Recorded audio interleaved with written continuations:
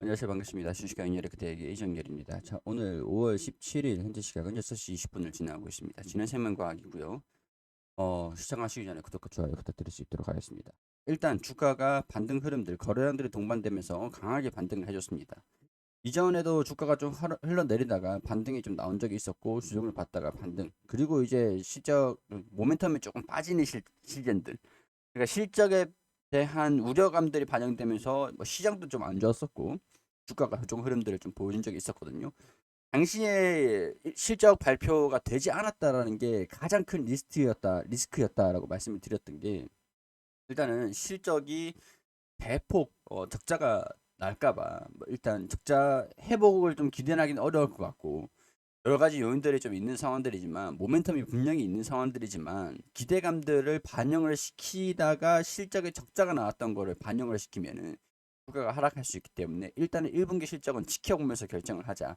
약간 이런 측면에서의 움직임들을 보여준 적이 있어요. 수급에 딱히 기대를 하기 어려웠던 그런 상황들이었다라고 정리를 할 수 있을 것 같은데 일단은 오늘 외국인이나 기관이랑 순매수 흐름들을 보여줬습니다. 저는 오늘 이런 움직임들을 보여줬으니까 조금 더 가지고 지켜볼 필요가 있을 것 같다라고 설명을 드릴 수 있을 것 같은데 일단 VGXI는 2분기 이후부터 적어도 적자를 축소시키는 영향들이 진원생명과학 여기 너무 기니까 진원으로 할게요 그냥. VGXI의 실적들이 진원의 며칠을 전환이 되면서 1분기에는 VGXI 공장 가동을 시작하지 않았잖아요.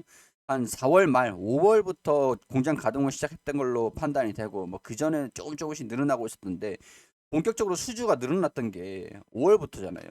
이게 좀 납품하는 시차가 있다. 5월에 수주를 받았다라고 해도 납품을 하는 게 10월인데 10월에 매출 인식을 한다라고 하면 시간적인 부분도 시차가 좀 존재하니까 2분기가 될지 3분기가 될지 4분기가 될지 이건 좀 봐야 되는 상황들이긴 해요. 언제 영업이익이 개선이 될 것이냐.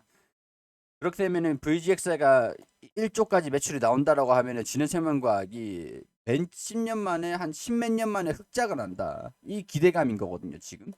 기대감인 건데 이걸 지금 기다리는 상황들인데 1분기가 최악의 상황이다라고 하는 실적들을 발표할 가능성들이 있죠. 그러니까 이 최악의 상황들일 가능성들 2분기는 적어도 적자를 좀 축소시키는 것들 1분기 실적들을 일단 확인해보고 그 다음에 실적 발표가 나온 그 다음에 이제 접근을 하는 거 실적에 개선되는 실적 개선 움직임들이 반영이 되는 그때를 맞춰서 대응을 잡아가는 게 포인트인 것 같다라고 꾸준하게 말씀을 좀 드리기도 했었습니다.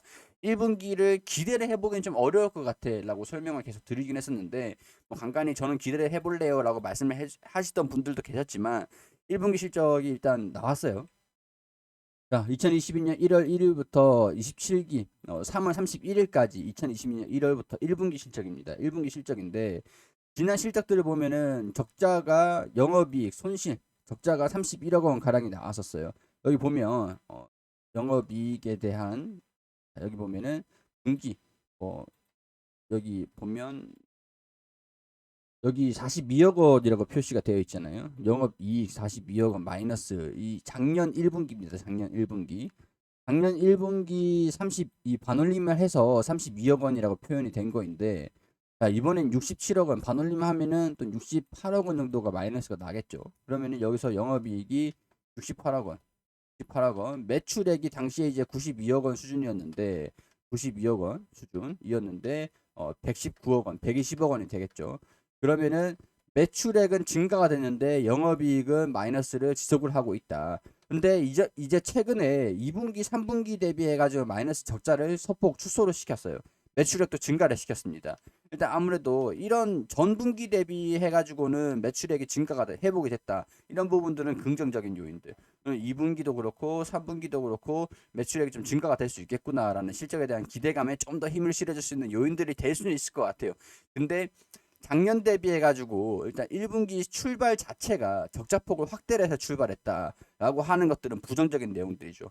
이번에 2분기, 3분기 적자를 빠르게 축소를 시키고 좀 더 많은 양의 적자를 축소를 시켜줘야 실적에 대한 부분들이 개선이 될 수도 있겠다라고 볼 수가 있겠죠. 작년 1분기보다 적자가 축소가 된 것들이 적자가 확대가 된 것들 일단 출발 스타트가 좀 낮게 출발이 됐어요. 그렇기 때문에 빨리 적자를 축소를 시켜야 적어도 올해 이번 연도에 흑자가 날 수 있다라는 기대감들을 반영을 시킬 수가 있는 것들이 되겠죠. 좀 더 적자를 많이 시켜주면서 출발했으니까 적자에서 흑자로 더 이제 많은 흑자로 내야, 그러니까 이런 얘기입니다. 1분기, 2분기, 3분기, 4분기, 1분기 마이너스 30, 2분기 마이너스 20, 그리고 플러스 10, 플러스 15 이렇게 돼버리면은 그래도 아무래도 적자예요. 마이너스 30억 정도 적자거든요. 연간. 그러니까 이게 60억 가량으로 출발했다라고 하는 것들은 빠르게 흑자로 전환을 시켜야 된다. 그리고 올해 흑자냐 적자냐, 일단 올해 적자폭을 축소시키는 것들은 기대 요인들이 되겠지만 흑자냐 적자가 되냐라는 결정을 할 수 있는 부분들이기 때문에 일단 이런 부분들은 전년 동기 대비해 가지고 적자를 좀 확대시키면서 시작을 했다라는 것들은 조금 부정적인 내용들이지만 연간에 분기별로 해서 적자폭을 축소시키고 흑자가 나올 수 있는 가능성들이 있었다라고 하는 것들은 매출이 증가가 됐으니까 이런 것들이 흑자가 언제 전환이 되냐라는 부분들이 긍정적인 내용들이다라고 설명을 드릴 수 있을 것 같습니다. 아무래도 실적 발표를 어제 16일까지 분기보고서를 발표를 하는 것들이라 분기보고서를 발표를 하면서 실적이 확인이 됐습니다. 그렇기 때문에 오늘 주가가 좀 반등이 나온 모습들 좀 있는 것 같고, 자, VGXI에 대한 부분들 5월 달쯤에 이 직원들 가족들 300명을 참석해가지고 4월에 진행을 했고 5월 달에는 정상적으로 가동이 되지 않을까라고 보고 있는 내용들인데, 자, 여기 보고서가 하나 나왔습니다. 글로벌 유전자 치료제 시장이 고성장에는 이견이 없다. 케이프 투자증권에서. 그렇기 때문에 여기에서 글로벌 산업 분석 업체 비즈니스 와이어 최근 보고서에서 올해 1분기 기준 파이프라인 중 이 3,000개 중에서 1,900개 정도가 유전자 치료제다.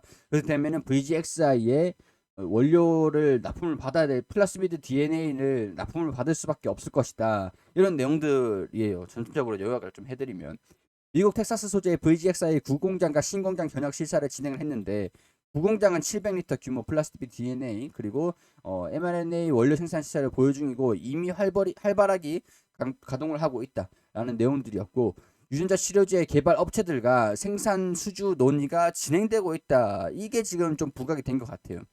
지금 수주가 더 들어올 수 있을 가능성들이 있기 때문에 이런 부분에서도 매출이 증가가 이어질 것이다. 긍정적으로 반영이 될 것이다.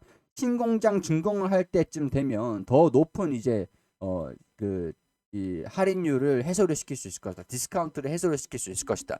사실 지금까지의 실적이 좀 긍정적이진 않았기 때문에 이런 부분에서 할인을 좀 받고 테마적인 움직임들에 기대를 해볼 수밖에 없었던 상황들이었는데, 이제 신공장 5월 말 준공식 예정이다라고 하니까 이 5월 말에 준공이 된다라고 하면 1분기 실적도 확인이 된 상황들이고 이제 점진적으로 가동되는 것들 기대를 한번 해볼 수 있는 상황들이기 때문에 실적에 대한 기대감들도 전반적으로 반영이 될 수 있을 가능성들이 좀 있지 않겠느냐.